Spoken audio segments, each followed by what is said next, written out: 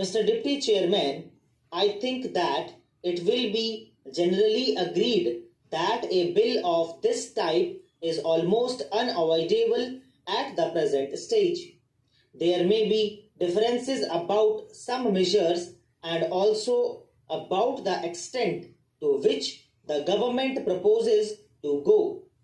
That some fiscal control would be necessary at this stage when we are having development programs on a very large scale, a good part of which would be financed through deficit financing will, I hope, be uncontested.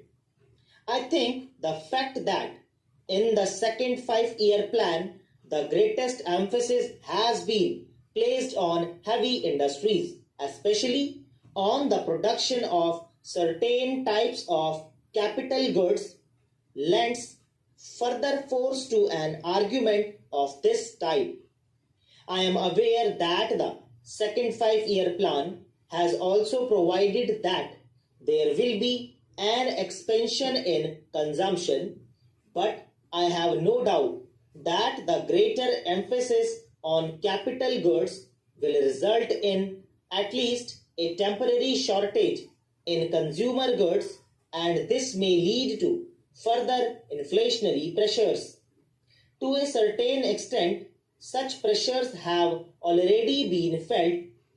The recent rise in prices is a kind of warning of the kind of situation that may develop unless we are careful from the very beginning. Therefore, I would say that this measure of the government, insofar as I can understand it, has a twofold aim. On the one hand, to increase the capacity of the Reserve Bank for creating money by note issue, and on the other hand, to put restrictions on the creation of credit by private banks. The first aim is intended to ensure that the money that is required for the economic development of the country will not be lacking.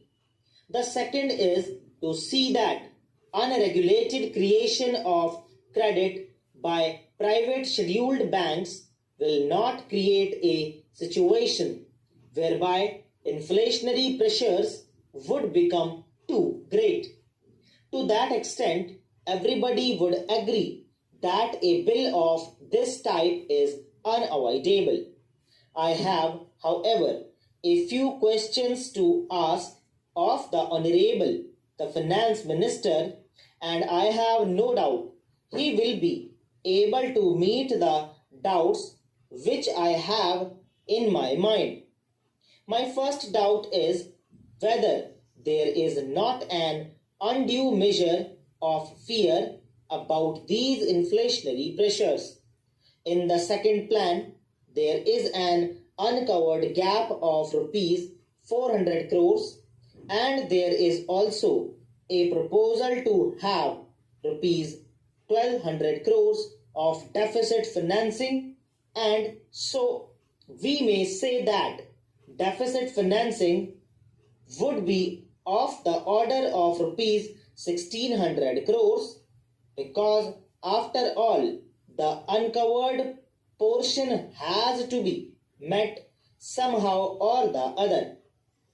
I do not know whether sufficient credit has been taken of a possible adverse trade balance which is bound to develop during the first 2 or 3 years of the second 5-year plan.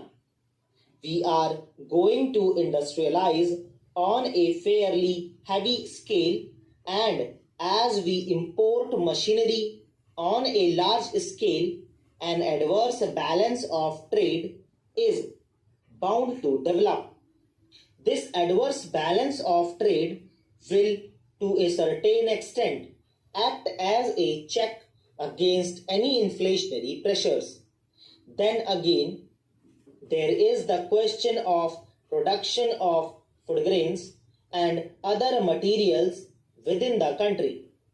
Our economy is an expanding economy at the moment, and I think that by the end of the first year of the second plan, or sometime during the second year of the second plan, many of the measures which were undertaken during the first plan will start yielding results.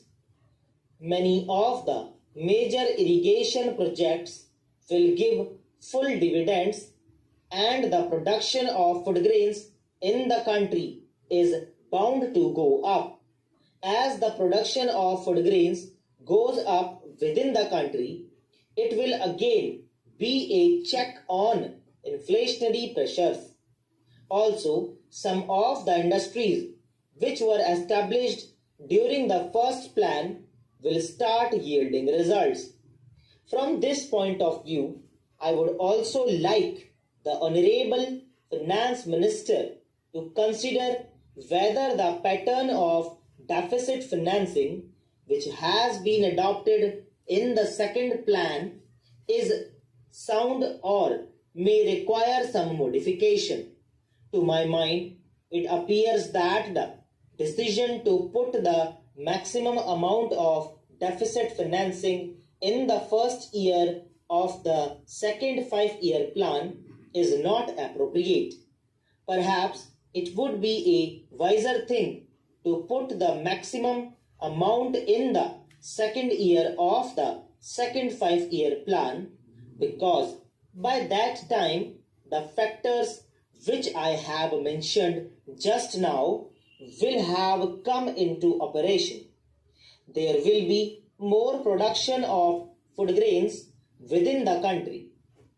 Some of the results of industrialization during the first 5-year plan will begin to be felt, and as there will be a larger volume of commodities of every type in the country, a larger dose of deficit financing in the second year of the second 5-year plan may prove a more salutary measure than the decision to have the largest dose in the first year.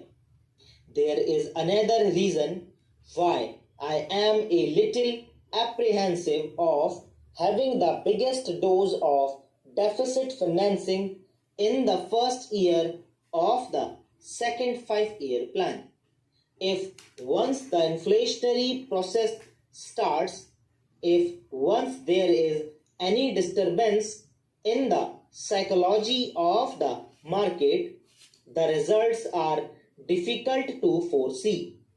If therefore in the first year of the second plan we proceed a little more cautiously and have the biggest dose in the second year and perhaps a little less in the third, and then start tightening up and reduce the deficit financing, you will have 3 years, the third, fourth, and the fifth of the second plan, both to watch and to take such remedial measures as may be necessary. This is a suggestion which I would like the Honorable Finance Minister to consider.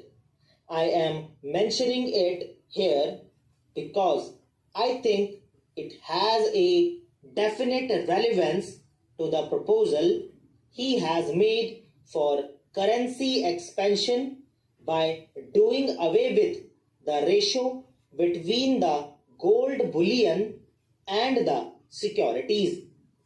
सो दोस्तों इसी के साथ